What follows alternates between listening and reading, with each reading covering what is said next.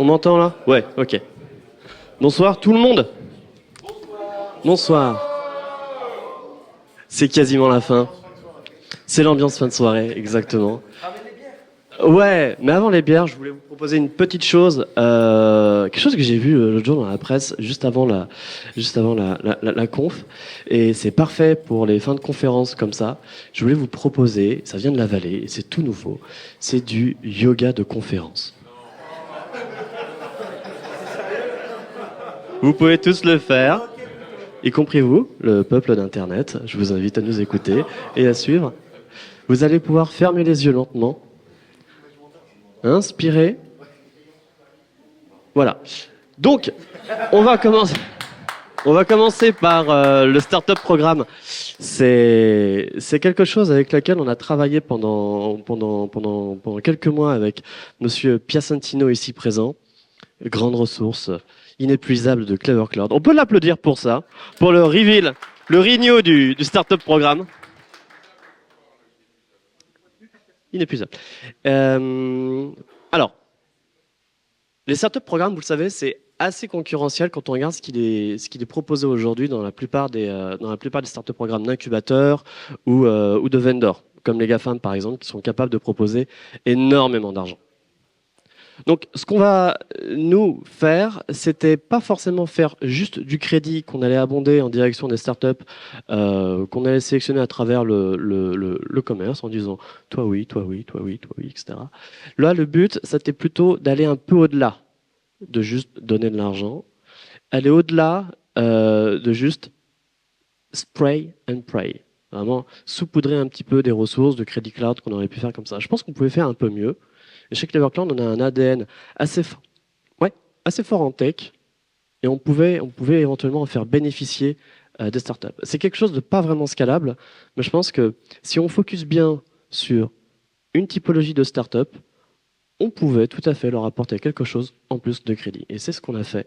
On a maintenant le deuxième batch qui a été sélectionné, et j'ai la chance pour moi d'avoir 3 représentants du premier batch qui sont là et donc ils vont pouvoir avoir la capacité de pitcher leur propre startup. Les règles sont assez simples, on fait ça à l'ancienne.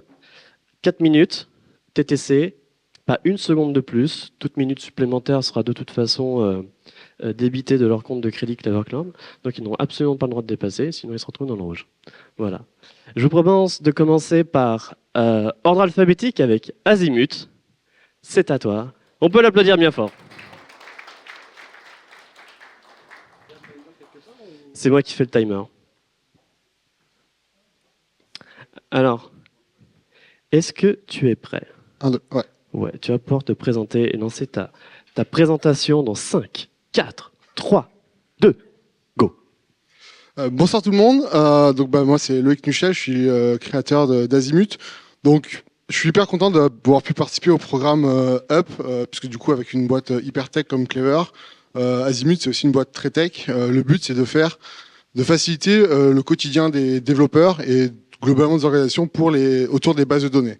Donc le premier produit que j'ai sorti, qui est aujourd'hui déjà disponible sur Clever Cloud sous forme d'add-on, et bientôt un peu plus facilement via n'importe quel add-on de base de données, c'est de faciliter l'exploration de bases de données, donc voir le schéma, naviguer de table en table, avoir des layouts pour comprendre un peu des cas métiers précis et ainsi de suite, documenter et partager la connaissance de la base de données entre les différents utilisateurs, donc développeurs, mais aussi product manager, support, data analyst et ainsi de suite, pour vraiment optimiser la compréhension du data model. Le deuxième produit que je suis en train de sortir et que j'ai présenté du coup ce matin, c'est la partie monitoring de base de données. Donc aujourd'hui, là, ça va être uniquement sur la partie PostgreSQL et pas uniquement pas sur la plupart des bases de données. Et donc, c'est de monitorer une base de données PostgreSQL sur la partie performance pour éviter les problèmes en production. Donc, au lieu de monitorer uniquement à l'extérieur, donc le serveur avec le CPU, la RAM et ou au-dessus via l'application avec les temps de réponse, les timeouts, ainsi de suite, tu vas directement regarder dans PostgreSQL les métriques comme les dead rows, le vacuum, l'analyze, les index et prendre un peu tout ce que PostgreSQL offre et pouvoir anticiper les problèmes via des alertes un peu intelligentes. Donc c'est un produit que je suis en train de lancer, que je suis en train de construire. Donc je cherche des gens pour pouvoir l'expérimenter en vrai en prod, parce que tout seul sur mes bases de données chez moi, c'est un peu limité. Donc j'espère travailler avec les équipes de Clever et puis des clients et puis d'autres personnes. 2 minutes, tu peux continuer. 2 minutes. Ah ben je suis ah ben je suis bien. Du coup, vu que j'ai du temps, je vais pouvoir faire des claquettes. Non, ben voilà, Azimut, donc c'est une startup qui débute. Pour l'instant, je suis tout seul et l'objectif, c'est de trouver des partenaires pour grandir, pour tester. Le but, c'est vraiment d'avoir ça en prod et d'aller faire et d'expérimenter avec les use cases métiers. Du coup, vu que j'ai un peu plus de temps, je peux creuser un peu qu'est-ce que je compte faire avec cet agent-là. C'est de mettre donc un côté règle métier à base de bonnes pratiques, la connaissance des DBA et ainsi de suite, mais aussi d'avoir un agent AI qui puisse monitorer ça, et pas uniquement sur une seule base de données, mais sur un ensemble de clusters, enfin sur un cluster de bases de données, parce que souvent les métriques sont par instance de base de données, mais quand on a un cluster avec plusieurs bases de données, on veut collecter toutes les données, les centraliser et avoir des métriques là-dessus. Plus qu'1 minute. Cette pression.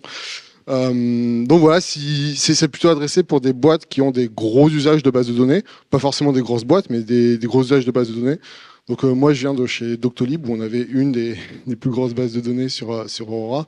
Donc j'ai vécu un certain nombre de problèmes, et c'est de là que vient cette expérience. Donc si jamais vous avez des soucis de base de données, qu'il vous manque des DBA ou autre, n'hésitez pas à venir me voir pour qu'on en discute. Je peux vous donner quelques petits conseils, et je propose aussi un petit peu de consulting sur le côté. Mais surtout, ce qui m'intéresse le plus, c'est votre expérience, vos problèmes, pour savoir qu'est-ce qu'on peut régler et comment améliorer ça et faire potentiellement le premier outil de monitoring directement de base de données pour PostgreSQL pour anticiper les incidents de prod et les minimiser. 3 minutes 49, bravo, merci, on peut l'applaudir fort, fort, fort, fort. Merci beaucoup Loïc. Alors, je vais juste reprendre la sucette. Hop là, j'en ai mis besoin. Tu peux reprendre ta place. On va aller dans l'ordre toujours près à L. Et c'est pas Ismaël qui va s'y mettre. C'est Sharaf qui va s'y coller. Viens avec nous, Sharaf. Sous vos applaudissements, s'il vous plaît. Encore. Le micro fonctionne. Est-ce que tu es prêt? Parfait. Eh ben, je te laisse. C'est parti. 3, ça marche. 2. Est-ce que ça marche bien? 1. Ça marche très bien. Vas-y. Bonsoir à tous. Je ne suis pas Ismaël Faouri, effectivement. Je suis Sharafuddin Karcha. Je suis directeur commercial chez La Sphère. Et La Sphère, c'est tout simplement une entité qui a pris le challenge de se lancer sur de la prestation de services et éditeur de logiciels. Pourquoi? Parce qu'on a eu une idée au début qui était de créer une application tout en un qui pourrait accompagner les étudiants sur tout leur parcours, d'un point de vue personnel, d'un point de vue événementiel, mais aussi la gestion de leur administratif et l'aspect légal aussi pour les Erasmus, qui était un grand point d'expérimentation au début. Et vu qu'on a eu l'initiative de ne pas vouloir faire de levée de fonds et de partir en organique, et qu'on a fait ça en sortie d'école, donc on n'avait pas vraiment des ressources mobilisées pour gérer cette situation, on a décidé de faire une partie de conseil. On fait tout simplement du développement IT, web, app, intelligence artificielle, tout ce genre d'implémentation, des automatisations, etc. Et je vous invite par la même occasion, si jamais vous avez des projets, de vous lancer avec La Sphère Conseil, notre aspect consulting. C'est aussi une équipe de qualité qui va s'occuper de vos projets, mais aussi de l'argent qui est directement reversé pour la cause étudiante à travers une application. J'ai été très rapide, merci à vous. Si mes parents me regardent, bonjour, vous avez fait un bon job. Bravo, merci beaucoup. Merci Sharaf, c'était très cool. Étudiant, lance une boîte, pas de fonds d'investissement, comme ça, a cappella. J'en connais qu'on fait ça. C'est pas simple, mais c'est bien. Le meilleur pour la fin. Je vous propose d'applaudir Quentin pour Mélodium. Quentin, t'as vu comment ça se passe? Tu connais les règles? C'est bon, je suis au courant, je suis prêt. Tu connais les enjeux? Internet te regarde. Salut à tous. Vas-y, c'est à toi. 3, 2, 1. Donc, à Mélodium, actuellement, ce qu'on est en train de faire, c'est de développer un produit de CI/CD. Nous, ce qu'on compte adresser pour le moment, pour débuter, parce que Mélodium, c'est plein de choses, c'est adresser toutes les CI/CD qui sont devenues complexes, des vraies usines à gaz, des trucs où, quand on la lance, ça finit 3 quarts d'heure plus tard, mais on ne sait pas très bien pourquoi. Quand ça part en vrille, c'est un petit peu tirer la courte paille dans les équipes tech pour savoir qui va devoir s'en occuper. Et surtout, pour la maintenance, savoir qu'est-ce qui se passe à quel endroit, pourquoi telle dépendance est appelée, pourquoi tel job doit faire quoi à quel moment, et surtout pourquoi on attend à chaque fois des éléments qui ne sont pas toujours explicites. Je pense notamment à tout un tas de mises en cache ou tout un tas de technicités dont on ne sait pas toujours très bien le pourquoi du comment. Melodium, fondamentalement, c'est pas le nom du produit, c'est actuellement le nom de la boîte, mais surtout c'est le nom du langage sur lequel on se base. Oui, parce que nous, on n'est pas parti sur on n'a pas exactement ce qu'il nous faut, on va créer un nouveau framework. Non, on se dit, un langage, ça peut être bien. Voilà, bam, tranquille. C'était un petit peu ambitieux. Le langage en lui-même, il a 6 ans. Il n'a pas du tout été créé pour ça à la base. Ce qui est sans doute le signe que c'était plutôt une bonne idée de le créer, puisqu'il a été fait pour faire de la gestion de données audio, d'où le nom.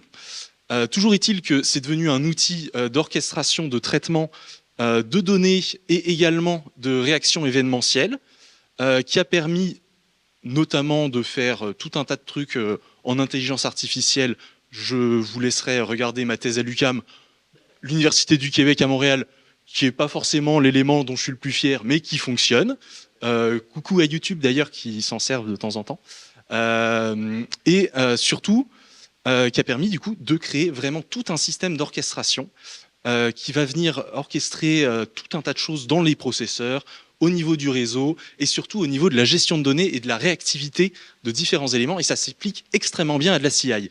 Parce que dans une CI, par exemple, vous avez souvent votre petit déroulé, installation de quelques paquets, vous faites votre compilation, puis une mise en cache, vous attendez que tout ça se passe pour prendre finalement le petit artefact qui était prêt en plein milieu pour pouvoir le balancer dans vos tests, dans je ne sais quel benchmark ou quelle que soit votre logique métier. En Melodium, ce que vous pouvez faire, c'est tout simplement dire non, dès que cet artefact il est bon, hop, on prend le fichier, on le balance sur une autre VM qui va continuer son travail pendant que la première VM fait sa mise en cache, fait tout le travail qu'il faut et tout le monde est content. Et surtout, le langage apporte un formalisme qui permet à n'importe qui d'aller checker exactement pourquoi telle dépendance existe, où est-ce que ça part, etc., etc. Pour tous les techniciens ou ceux qui se sont déjà amusés à faire des graphes en GraphViz.dot ou en Mermaid.js. 1 minute. Et ben c'est exactement l'inspiration dont on est parti. On s'est dit, mais en fait, c'est exactement les petits graphes qu'on est en train de décider qu'il nous faut pour pouvoir faire des programmes. On s'est dit, bingo, on va partir là-dessus, on développe tout le système. C'était un peu ambitieux, mais on y arrive.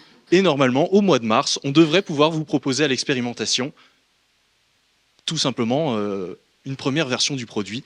Donc si certains sont disponibles pour ça et ont envie de passer un petit peu de temps avec nous pour arriver à peaufiner 2-3 petites choses, on est là, il n'y a plus qu'à nous contacter.